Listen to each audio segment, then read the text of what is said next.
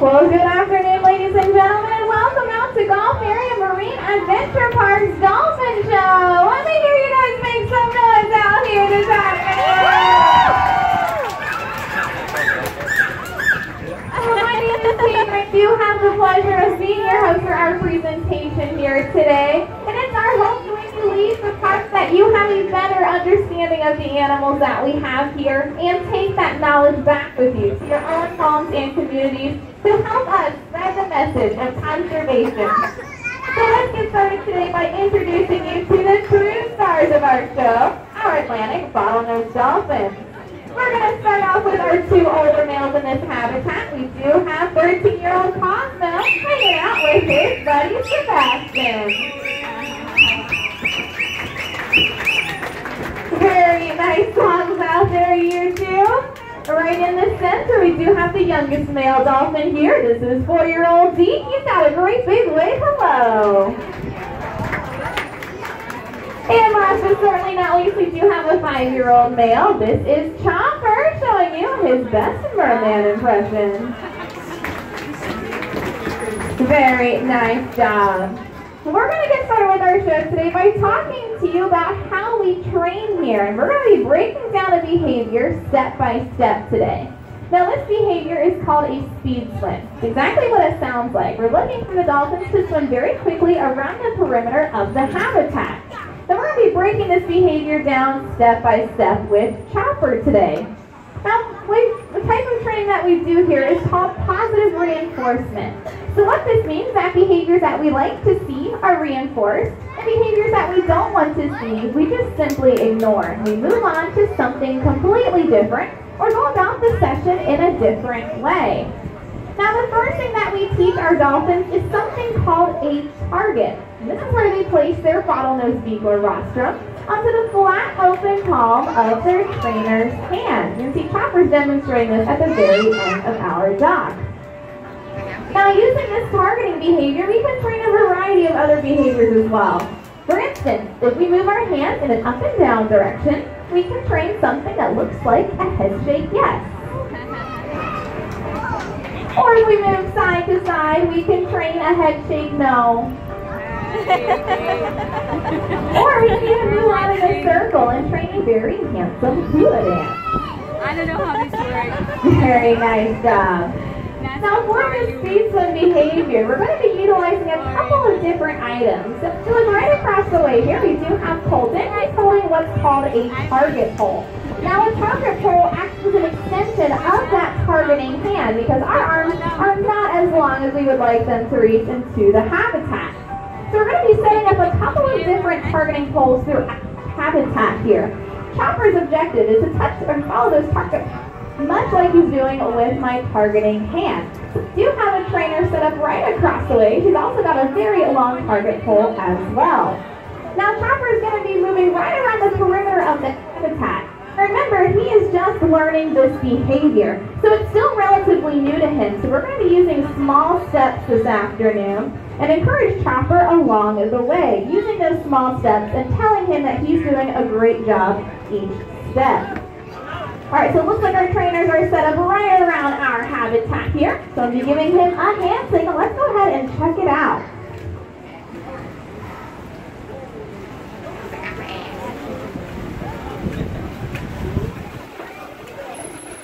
Very nice job, Chopper. Let's give him a big round of applause. Very nice. Wow, buddy, good job. So as you can see, he was following those target poles right around the perimeter of the habitat. We're going to be doing this one more time here. Let's see if we can get just a little bit further.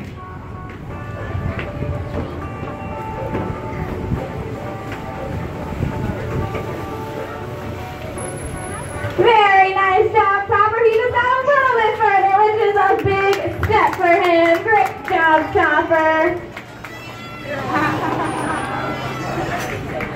Now, if you come back and visit us, you may see that Chopper no longer needs those target poles, or he might be further along in his behavior, completing a full circle around our habitat, which is an excellent job for him. So definitely check it on out if you come back to visit us. So as you can see, we use a couple of different training tools and methods. You may have heard a single whistle being blown while he was in this speed swim. Now that single whistle told Chopper that he did an excellent job. And he's going to be listening out for that whistle behavior. And that whistle just bridges the gap between the time when he does the behavior and when his trainers give him some reinforcement, either in the form of fish or in the form of some toys. So he did an excellent job with that one. Now, it might seem kind of crazy to think that we are similar to dolphins, considering that they spend the most of their life below the surface of the water. But the fact is, dolphins are mammals just like you and I are. So there are a couple of characteristics that we share. Now, one of those characteristics is the fact that we are warm-blooded. So this means we can regulate our own body temperature, and dolphins maintain a body temperature that's very similar to ours, and it's somewhere in the mid to higher 90s. Another characteristic of a mammal is the fact that we have hair. But this is a little weird if we're talking about dolphins, because they definitely do not have hair on them. Well, when dolphin calves are born, they actually do have hair, and this hair is in the form of whiskers that are located right alongside their bottlenose beak or rostrum. And those whiskers help calves locate their mother's mammaries. So they simply fall off after just a couple of days. This is why none of our dolphins here have any more of that hair. Now, speaking of those calves, this does bring us to our next characteristic of a mammal, and that's that being mammals, we give live birth, and we don't lay eggs. Dolphin calves are born after about a 54-week gestation period, and they're going to weigh in at about 30 pounds and be almost 3 feet in length, so it's a really big baby. Now, those calves will stay with their mothers for just a couple of years. During that time, they nurse from her, but they also learn how to eat whole fish. Now, lastly, a characteristic of a mammal is the fact that when we breathe, we are using lungs and we are not using any gills. On the top of a dolphin's head, there's an opening. This is called their blowhole. It's about the size of a quarter. Now, within a fraction of a second, dolphins can quickly exchange a breath of air, and with that single breath, they can stay below the surface of the water for about 7.5 minutes. So it's a very quick exchange of air. So let's go ahead and listen in closely. Very nice job. Now, dolphins also use their blowholes to make different sounds. You may have been hearing them making different clicks and whistles throughout our show. And all of those are coming from their blowhole, because dolphins do not have vocal cords like people do. So instead, they manipulate that blowhole to make all of those different sounds. So once again, let's go ahead and listen in.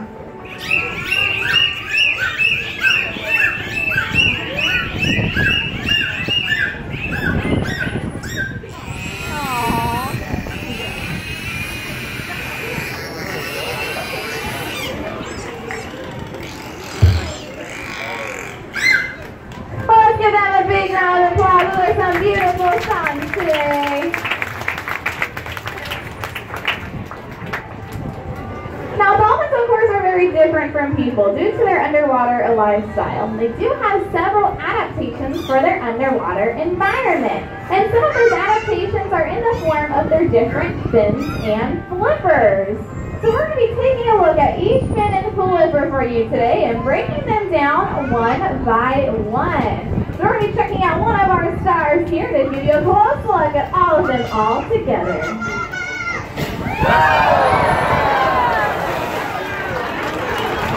Very nice job, Sebastian. That was a really quick look, but right on top of their back is something called a dorsal fin.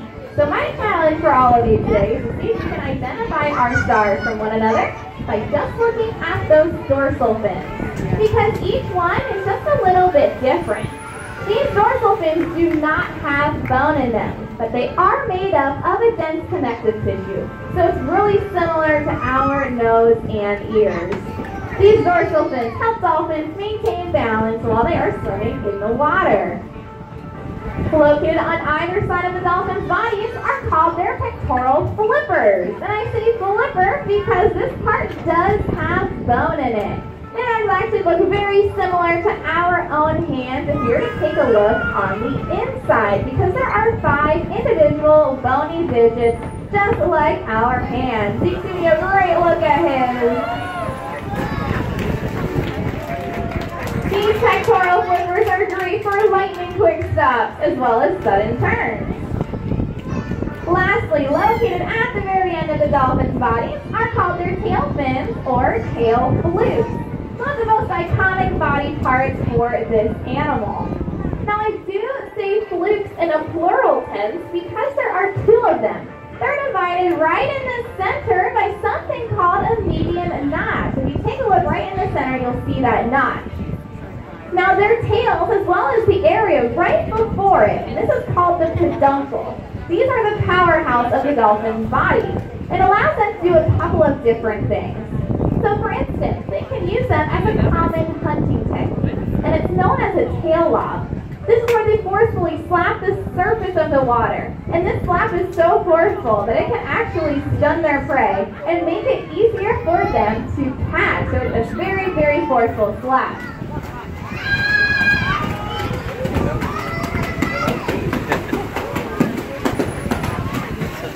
Very nice. That went right through the center, showing that off for all of you. Now, dolphins can also use those tails in a couple of other ways as well. For instance, they can use them to get up to fast speeds, just like you saw Copper doing. Or in the case for Cosmo and Sebastian, they can also use their tails to help share some of their salt water with all of you.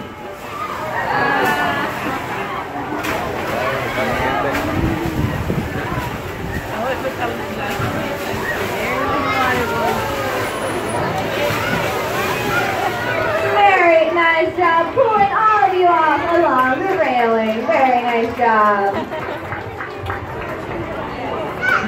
Well, we've talked about how we train here, but we haven't discussed the reasoning behind why we train. This is for the animal's health and well-being.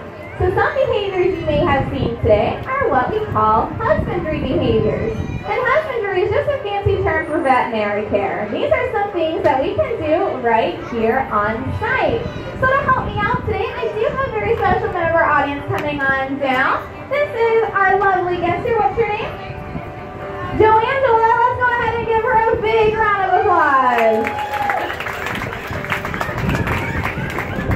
All right, Joangela, come right over here. And you're going to have a seat right next to Colton, right over here. Go ahead and kneel down. Perfect. All right, Joangela. Now, you are an honorary veterinarian today. So this means you are an animal doctor. So you're going to help us out with Sebastian today.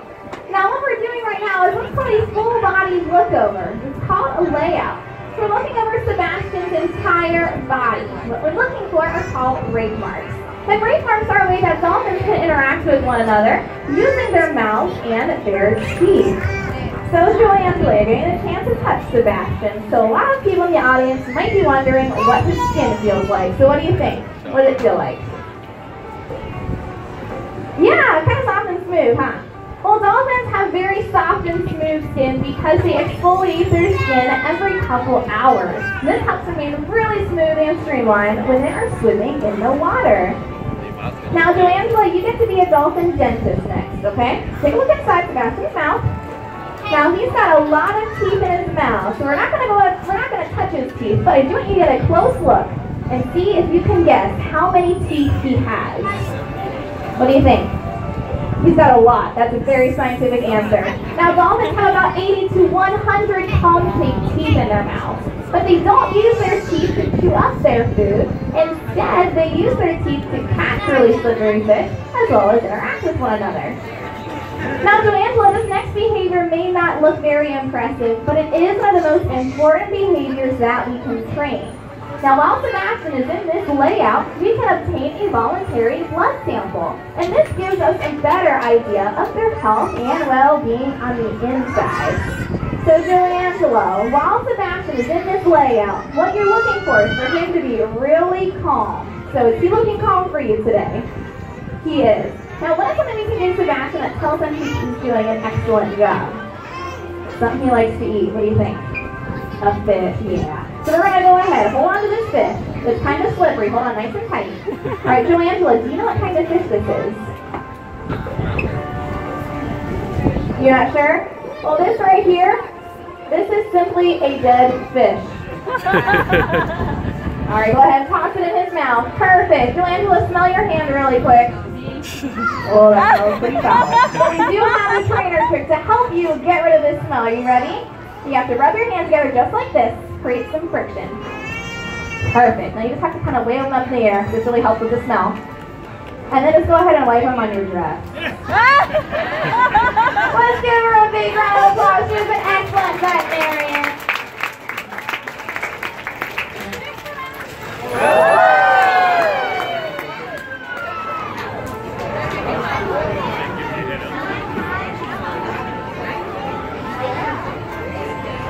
Well, as you can see, the health and well-being of our animals is of the utmost importance. But the health and well-being of their ocean counterparts are equally as important. Even though you see us interacting closely with our dolphins here at the park, it's important that you remember that according to the Marine Mammal Protection Act, it's advised that you stay 50 yards away from any marine mammal that you see out in their natural environment.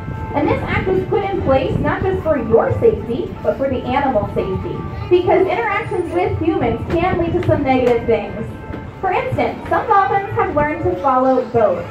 Following boats is leading to propeller strikes, as well as entanglement in fishing gear. Some dolphins have learned that if they beg for food from boats, they're going to get some food, but this food is not good for their bodies. And some of them are teaching other members of their group to do the very same thing, to beg and not to hunt. But unfortunately, it can also lead to the intentional harm from people to these amazing animals. So we do want you to admire wildlife. We just ask that you do so from a safe and a respectful distance, not just for your safety, but for the animal safety as well. Well, our stars have something very special planned for all of us this afternoon. They have been planning a dolphin-style competition today. So the way this works is that our stars are going to come out and show you some of their best behaviors. And the amount of noise that you make for each behavior is going to determine who the winner is today. This is going to require everybody's participation here. So I'd like to hear you all practice your best cheering and make as much noise as you possibly can. Go ahead and make some noise today.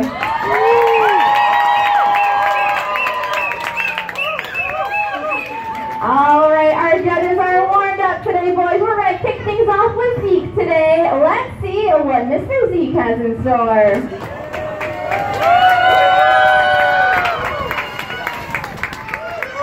Very nice job, Zeke, walking right across water. Very impressive. You got some fans out there, Zeke. All right, we're going to throw things over to our next competitor today. So it looks like it's going to be Chopper. So Chopper, let's see what you've got in store.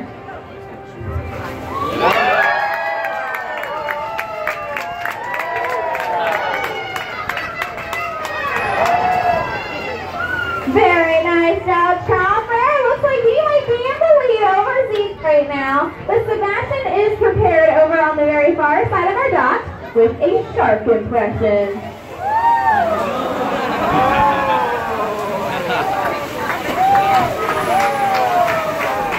Very scary shark impression. What do you guys think of Sebastian here today?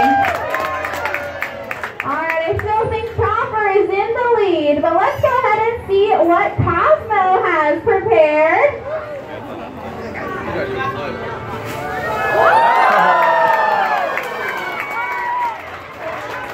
Very nice job, Cosmo. What do you think about Cosmo's structure? Very impressive.